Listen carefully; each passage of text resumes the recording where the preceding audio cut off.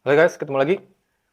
Pada video ini, pada video ini saya akan memberikan gambaran besar seperti apa sih strategi marketing itu yang biasa saya implementasikan untuk brand-brand besar, baik brand besar di Indonesia maupun brand besar dari luar negeri, dan seperti apa mereka punya frame of work atau frame of thinking dalam strategi marketing gitu ya. Yang akan saya share ini bukan konsep teori gitu ya. Yang saya akan share ini framework itu merupakan framework yang saya pakai sehari-hari dalam membuat strategi untuk brand-brand besar di Indonesia maupun brand-brand besar di luar negeri. Dan di luar negeri pun juga punya framework yang sama gitu ya. Dan saya akan share bentuknya seperti apa. Saya udah buat gambarnya. Saya akan jelaskan satu-satu. Mari kita mulai. Jadi framework yang akan saya jelaskan sini ada beberapa bagian gitu ya. Bagian pertama adalah target, positioning, dan objektif. Nah, target ini adalah target market yang hendak kita grab, yang hendak kita raih. Target market ini harus cukup spesifik dan bisa mendatangkan bisnis. Jadi bukan sekedar target market yang general gitu ya. Oh, kita mau targetin milenial gitu ya. Tidak, tapi kita harus lebih spesifik. Target market itu siapa? Gambarannya siapa? Gitu ya. Jadi kalau teman-teman ingin membuat gambaran tentang target market, kita bisa bikin wujudnya, kita bisa bikin personanya, wujudnya.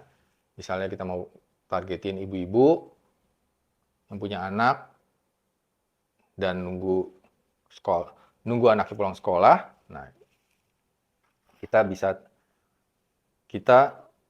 saya sarankan punya gambaran yang spesifik target kita seperti apa. Karena dari situ kita tahu, kita bisa bayangkan kebutuhan mereka apa. Kalau kita tadi bilang targetnya adalah ibu-ibu yang lagi nunggu anaknya sekolah, kita tahu bahwa mereka butuh tempat. Mereka butuh tempat nongkrong, mereka butuh tempat untuk ngobrol, makan. Nah, bayangkan. Nah, positioning adalah bagaimana kita memposisikan produk kita untuk memenuhi kebutuhan mereka gitu ya. Kalau tadi contohnya adalah targetnya adalah ibu-ibu yang sedang menunggu anaknya pulang sekolah, kalau kita punya kafe, tentunya kita akan memposisikan diri kita sebagai kafe, tempat ngopi untuk ibu-ibu yang menunggu anaknya sekolah. Nah, objektif adalah apa yang kita ingin capai dalam jangka waktu tertentu. Biasanya 1 tahun. Misal, dalam 1 tahun ini, dalam 1 tahun ke depan, atau dalam akhir tahun 2024 ini, kita ingin meraih 1.000 ibu-ibu baru datang ke kafe kita. Ibu-ibu yang sedang nunggu anak tadi, datang ke kafe kita. Kita targetin 1.000 misalnya. Kenapa perlu ditargetin? Supaya kita tahu, kalau kita breakdown per bulan, kita tahu target berapa. Kita tahu berapa yang harus kita datangkan tiap bulannya agar kita bisa untung. Nah, bagian kedua dari strategi marketing ini adalah 4P. Nah, kita sengaja bentuknya seperti wajib gitu ya. Yang mana kalau kita udah tahu target, positioning, dan objektif, artinya implikasinya adalah pada produk, price, dan place. Produknya kita harus desain, kita harus sesuaikan dengan target kita tadi gitu ya. Produk apa yang mereka butuhkan? Produk apa yang dibutuhkan oleh ibu-ibu yang lagi nunggu anaknya, ya kan? Pasti ada kopi, teh, snack gitu ya. Kemudian dari sisi place, dia nggak nunggu sendiri dong, pasti nunggu sama teman-temannya. Nah, berarti kita desain tempat kita yang memungkinkan mereka ngobrol-ngobrol, nongkrong, gitu kan? Price. Nah, biasanya ibu-ibu ini cukup sensitif terhadap harga gitu ya. Mereka tuh suka bilang, ah kemahalan gitu. Nah, itu kita harus sesuaikan price-nya dengan mereka. Nah, artinya kita bisa berpikir seperti ini. Mungkin kita margin jangan terlalu besar, tapi continue kan. Senin sampai Jumat mereka nunggu. Nah, kita ngambil di economic of scale-nya ya. Ya sekian ibu kali sekian hari, itulah yang menjadi keuntungan kita nanti gitu. Nah, kemudian yang penting juga adalah promote gitu. Nah, promote ini sering salah kaprah gitu ya. Promote dipikir karena orang sebutnya promosi gitu ya, promotion gitu. Sebenarnya kata bahasa Inggrisnya adalah promote, to promote, untuk dikomunikasikan, dikenalkan, diketahui banyak orang gitu ya. Nah, atau saya lebih sering sebutnya sebagai marketing communication-nya atau communication-nya gitu ya. Nah, ini penting gitu ya, karena tanpa komunikasi orang nggak ada yang tahu tentang produk kita gitu ya. Jadi please, kita harus komunikasikan. Caranya macam-macam, nanti saya akan jelaskan pada video-video berikutnya. Tapi yang penting adalah bukan berarti ketika kita punya toko di tempat yang strategis, that's it, orang akan tahu gitu ya. Enggak, kita harus komunikasikan. Terserah melalui sosial media, digital, word of mouth, kolaborasi, macam-macam. Berikutnya adalah funnel. Nah, mungkin agak funnel, apa di funnel? Nah, saya coba gambarkan gitu ya. Jadi funnel itu sebenarnya adalah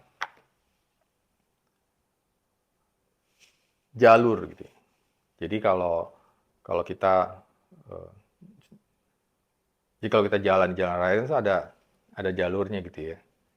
Jadi kayak kita di tol gitu ya, ada jalur masuk ke gerbang tol gitu. Ini kan dari jalur yang lebar gini, terus masuk ke gerbang tol, bayar, habis itu jalan lagi gitu ya. Jadi ini penting nih, funnel ini, karena banyak yang sering salah kaprah, sering lupa tentang funnel. Jadi kita sebagai marketer harus tahu journey target market kita atau orang yang kita sasar tadi, journey-nya dari aware tentang produk kita sampai datang, sampai beli produk kita gitu ya. Jadi hal pertama yang harus dilakukan adalah build awareness. Awareness penting agar orang tahu produk kita apa, positioning kita apa, dan target kita tahu kita ini menawarkan produk buat mereka. Itu awareness penting banget. Nah, setelah awareness tadi, kita harus create interest gitu kan. Interest terhadap produk kita gitu. Tadi kalau kita ambil kasus tentang cafe tadi, kita harus create interest gitu ya. Interest dan membuat mereka bisa meng-compare dengan tempat lain gitu ya. Nah, jadi dari komunikasi kita bisa tunjukin gambar yang membuat mereka interested dengan cafe kita, yang bisa membuat mereka meng-compare dengan kafe-kafe lain gitu ya. Nah, ini gunanya komunikasi tadi.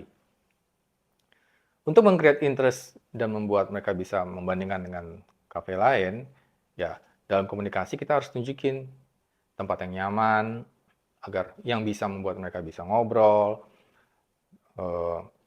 produk atau paket bundling untuk mereka nunggu anak mereka, atau kita juga bisa kasih produk bundling ketika anak mereka pulang kelaparan.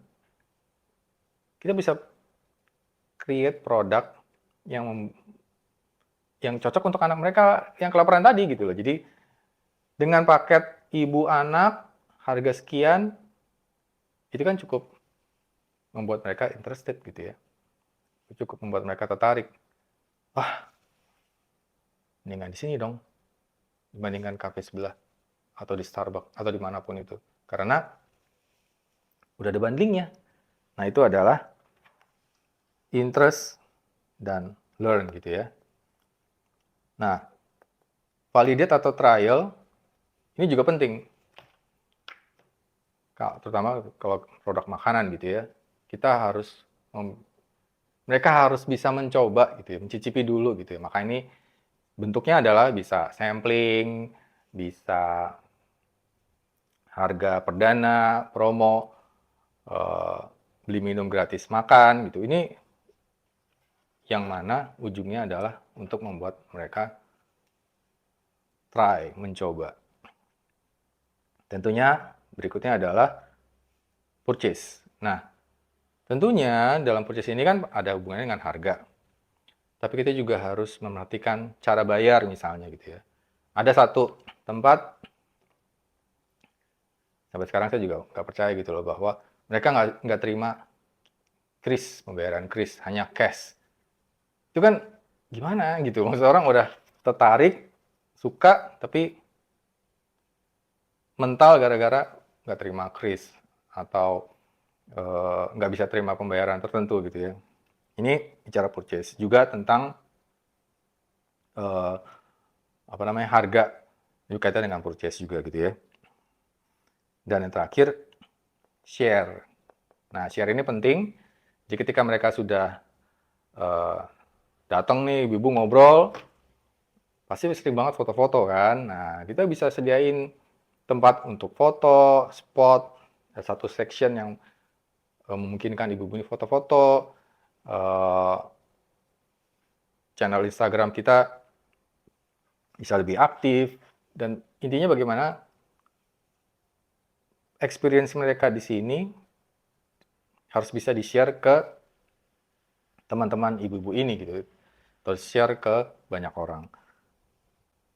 Nah, gitu guys, framework-nya. Saya akan banyak kasih breakdown. Jadi dari masing-masing komponen ini saya akan breakdown satu-satu pada video-video lain. Dari target, bagaimana kita mendapatkan, bagaimana saya akan kasih tahu cara mendapatkan target, insight-nya apa, terus sampai ke bagian terakhir, funnel.